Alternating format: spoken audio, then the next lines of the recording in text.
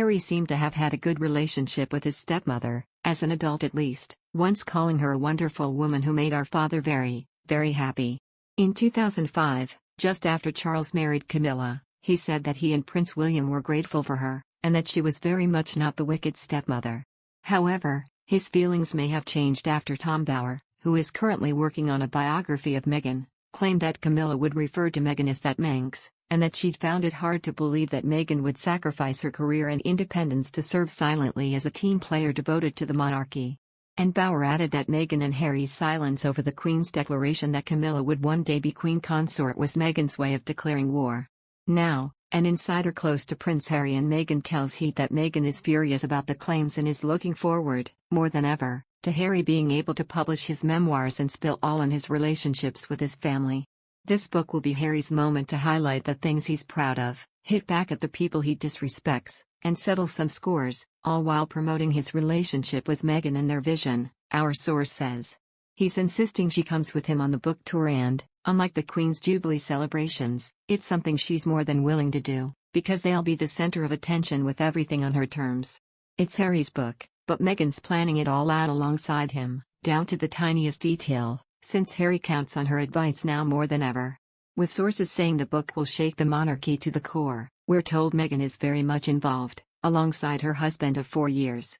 She's been sitting in on all the strategy meetings and brainstorming sessions, and Harry doesn't sign anything or give verbal approval without her consent, our source says. The same goes for reviewing the final manuscript, approving which cities and bookshops he'll visit on the tour and, of course, all the publicity and interviews that are being lined up many months in advance. It's Harry's story and the focus will be primarily on him, but wherever possible, Meghan wants to come along, too, since she's been such a huge part of his journey. It only feels right for both of them that she's by his side when he comes to promoting his book.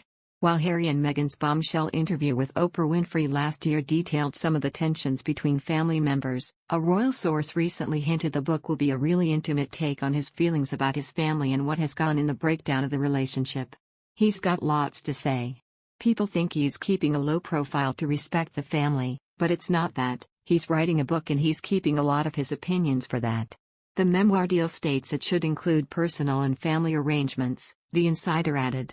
And our insider tells us the 37-year-old prince, who shares son Archie, too, and 8-month-old daughter Lilibet with Meghan, isn't planning on holding back in the book, either.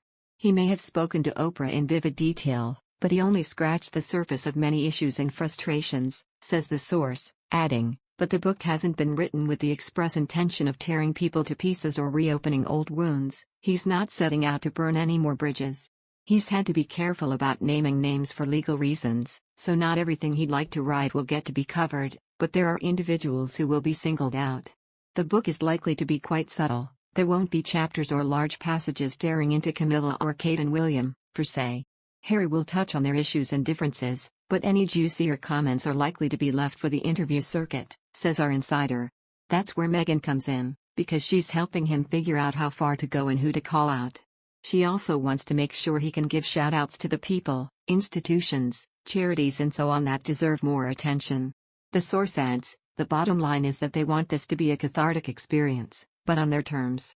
Harry's the first to admit he'd be lost without Meghan being there to help him, so he's just relieved and grateful she's taking this on. It's a good thing, too, since he wouldn't have much of a choice, anyway. On the other hand, experts believe Prince Harry transformed into a wounded puppy after seemingly getting a scolding glance from Meghan Markle during an award show.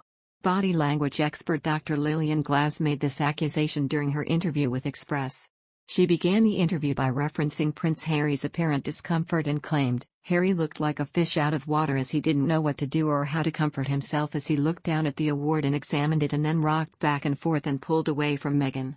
He straightened up for a while when she quickly turned her head towards him and shot him a not-so-pleasant look indicating that he was on stage and to be aware of it and to shape up.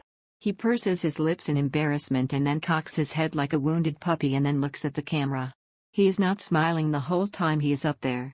He then forgets and looks back at her and looks down and then returns to facing the camera.